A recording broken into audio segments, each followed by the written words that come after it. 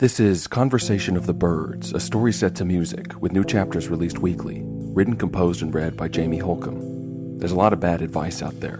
How much confusion is sold as wisdom, how much bullying is marketed as spirituality. Everybody wants to be perfect. What a foolish mistake. But as we know, the mistakes are part of it. And a fool who persists in his folly will become wise. Let's see how foolish I really am. Let's listen.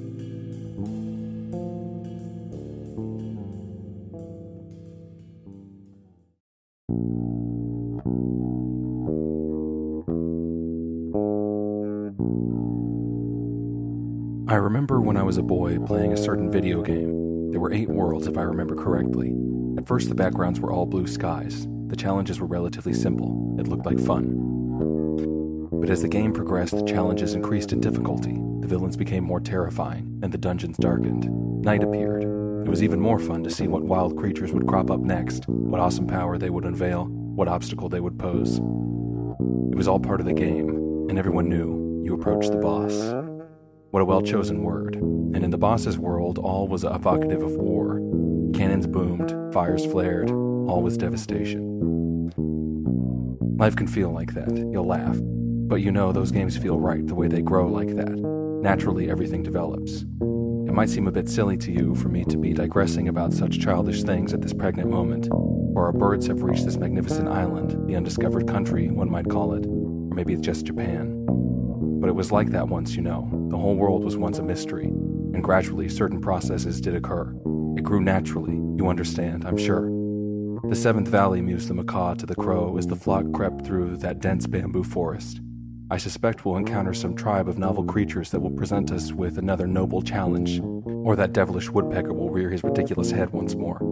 You never know, said the crow. Now the sun was winking through that dense forest of bamboo. Yes, the light was blinking in golden spots all about them. What a charming place to explore, what a lovely day in nature. All the birds felt the release of this gentle landscape, where no new terror would unveil itself, no sudden storm would burst upon them. The birds all heaved a collective sigh as they entered into a clearing in the woods. The ibis halted, and so all the birds found their places to ring about that sagacious pathfinder here in the calming forest. The ibis spoke. I have a confession, he said. His voice was dark and melodious. The ritual is nearly complete, he said, but I already know the outcome. The vulture, the ibis indicated. He shook his head and he made a signal with his wing and his beak. There on the blank green carpet beneath them, by the projection of the sun just overhead, the hummingbird appeared. The ibis manipulated that shadow puppet to burst into a flurry of feathers, his 2 outspread wings. And those feathers flew, and the shadows grew. The stork stood tall and proud. The 3 kingfishers assembled back to back.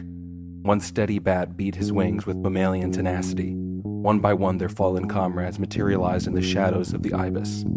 I knew he would come. This was the ibis's concluding statement, which he presented to them now, in the shadows on the forest floor. The ibis knew. We had to lose something, he said, again, aloud, in that dark, melodious voice. Transformation necessitates loss. All is in accord, the vulture said. The heron, the kite, the cormorant, and the albatross all sounded their agreement. We understand, the hoopoe said to his faithful companion. You could not have told us beforehand, otherwise we would have been overwhelmed by fear. Do not tell us now. Do not tell us the outcome. And turning to all the flock, the hoopoe said, We go to find the smurg. With those words and nothing else, the birds continued their journey. They walked deeper into the forest, and strange noises filled those towering treetops. In the middle of the flock, the robin, the scissortail, and that wild green pheasant were discussing matters. The scissortail, still salty from her spat with the whale, our Texas bird of paradise, was nitpicking all of her negative experiences. The robin listened nervously. He kept looking for the opportunity to interject with some positive encouragement, but the scissortail wouldn't give an opening. On and on she went over her fears, past, present, and future. Fear spouted from the scissortail's tiny beak. All the while, the wild green pheasant strode alongside that pair, dragging his great tail behind them. She has a point, that big bird said directly into the scissortail's diatribe. But I, for one, have never eaten so much.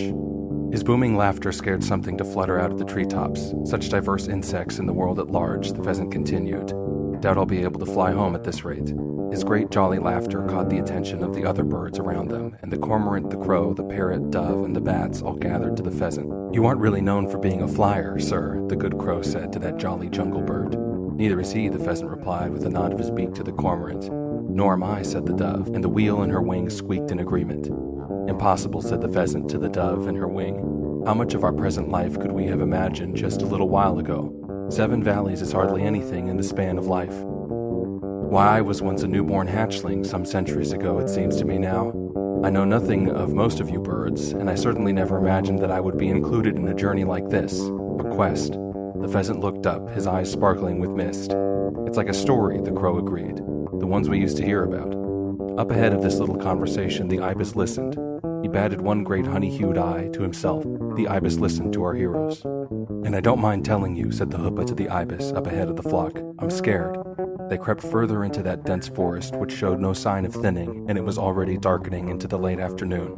"There's no guarantee of our success," said the hoopoe. "Many possible endings lay in wait for us, I can see that. I believe in the smurg. I hope we find something up there, wherever it is that we are going. Once I heard, and it may have been just a fairy tale, but I heard that they really did find one of his feathers.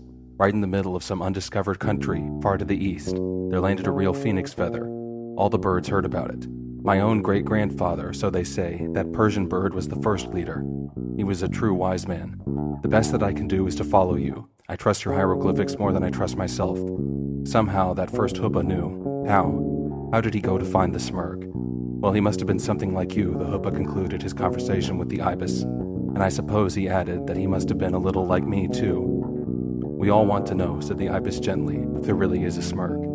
And just then the forest vanished.